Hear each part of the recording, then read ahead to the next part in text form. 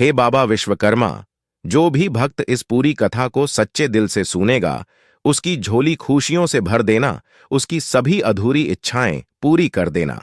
जय बाबा विश्वकर्मा। दोस्तों, स्वागत है एक बार फिर से आप सभी भाई बहनों का हमारे चैनल विवेक से पर। आज हम इस वीडियो में भगवान विश्वकर्मा जी की कहानी का श्रवण करेंगे तथा साथ में ये भी जानेंगे कि साल 2024 में विश्वकर्मा पूजा का शुभ मुहूर्त क्या है। दोस्तों, इस चैनल पर सनातन धर्म से जुड़े सभी पूजा पर्व की जानकारी दी जाती है। अगर आप भी हमसे जुड़ना चाहते हैं तो इस चैनल को सब्सक्राइब कर सकते हैं।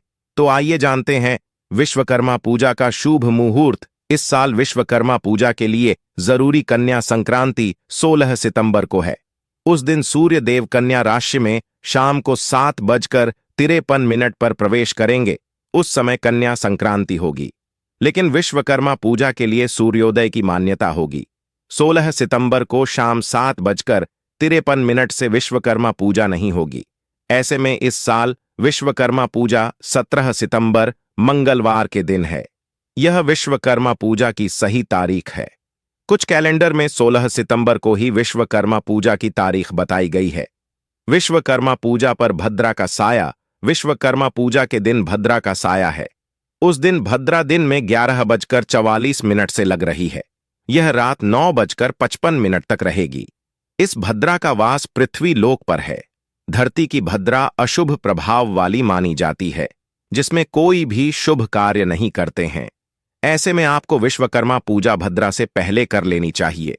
उस दिन राहुकाल भी दोपहर 3:19 से शाम 4:51 तक है। विश्वकर्मा पूजा 2024 मुहूर्त। इस साल विश्वकर्मा पूजा के लिए शुभ मुहूर्त सुबह में ही है। दोपहर के समय में भद्रा है। ऐसे में आप विश्वकर्मा पूजा सुबह 6:07 से दिन में 11:44 के बीच कर सकते हैं। अब आइए कथा का श्रवण करते हैं। सूत जी बोले, प्राचीन समय की बात है। मुनि विश्वामित्र के बुलावे पर मुनि और सन्यासी लोग एक स्थान पर एकत्र हुए सभा करने के लिए। सभा में मुनि विश्वामित्र ने सभी को संबोधित किया। मुनि विश्वामित्र ने कहा कि हे मुनियों, आश्रमों में दुष्ट राक्षस यज्ञ करने वाले हमारे लोगों को अपना भोजन बना लेते हैं, यज्ञों को नष्ट कर देते हैं, जिसके कारण हमारे पूजा पाठ ध्यान आदि में परेशानी हो रही है। इसलिए अब हमें तत्काल उनके कुकृत्यों से बचने का कोई उपाय अवश्य करना चाहिए। मुनि विश्वामित्र की बातों को सुनकर वशिष्ठ मुनि कहने लगे कि एक बार पहले भी आर्षि मुनियों पर इस प्रकार का संकट आया था। उस समय हम सब मिलकर ब्रह्मा जी के पास गए थे। ब्रह्मा जी ने आर्षि मुनियों को संकट से छुटकारा पाने के लिए उपाय बताया था।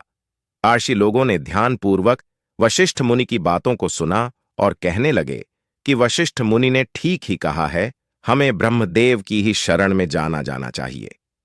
ऐसा सुन सब आर्षि मुनियों ने स्वर्ग को प्रस्थान किया। मुनियों के इस कष्ट को सुनकर ब्रह्मा जी को बड़ा आश्चर्य हुआ। ब्रह्मा जी कहने लगे कि हे मुनियों, राक्षसों से तो स्वर्ग में रहने वाले देवता को भी भय लगता रहता है, फिर मनुष्यों का तो कहना ही क्या, जो बुढ़ापे और मृत्यु के दुखों में लिप्त रहते हैं। उन राक्षसों को नष्ट करने में श्री विश्वकर्मा समर्थ हैं।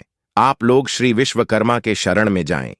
इस समय पृथ्वी पर अग्नि देवता के पुत्र मुनि अगिंद्रा यज्ञों में श्रेष्ठ पुरोहित हैं, और जो श्री विश्वकर्मा के भक्त हैं वही आपके दुखों को दूर कर सकते हैं।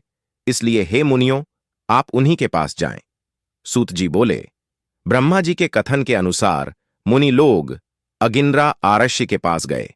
मुनियों की बातों को सुनकर अगिंद्रा आरष्य ने कहा, हे मुनियों, आप लोग क्यों व्यर्थ में इधर उधर मारे मारे फिर रहे हैं? दुखों दूर करने में विश्वकर्मा भगवान के अतिरिक्त और कोई भी समर्थ नहीं है। अमावस्या के दिन आप लोग अपने साधारण कर्मों को रोककर भक्तिपूर्वक श्री विश्वकर्मा कथा सुनें और उनकी उपासना करें। आपके सारे कष्टों को विश्वकर्मा भगवान अवश्य दूर करेंगे। महर्षि अगिंद्रा के बातों को सुनकर सभी लोग अपने अपने आश्रमों को चले गए। तत्पश्चात अमावस्या के दिन मुनियों ने यज्ञ किया। यज्ञ में विश्वकर्मा भगवान का पूजन किया। श्री विश्वकर्मा कथा को सुना, जिसका परिणाम यह हुआ कि सारे राक्षस भस्म हो गए। यज्ञ विघ्नों से रहित हो गया, उनके सारे कष्ट दूर हो गए। जो मनुष्य भक्तिभाव से विश्वकर्मा भगवान की पूजा करता है वह सुखों को प्राप्त करता हुआ संसार में बड़े पद को प्राप्त करता है। दोस्तों, भगवान विश्वकर्मा आप सभी का जीवन खुशियों से भर दे। इसी कामना के साथ आप सभी से विदा चाहता हुएन। भगवान विश्वकर्मा की ये कहानी आपको अच्छा लगा हो तो कमेंट बॉक्स में जय भगवान विश्वकर्मा लिखना न भूले। धन्यवाद।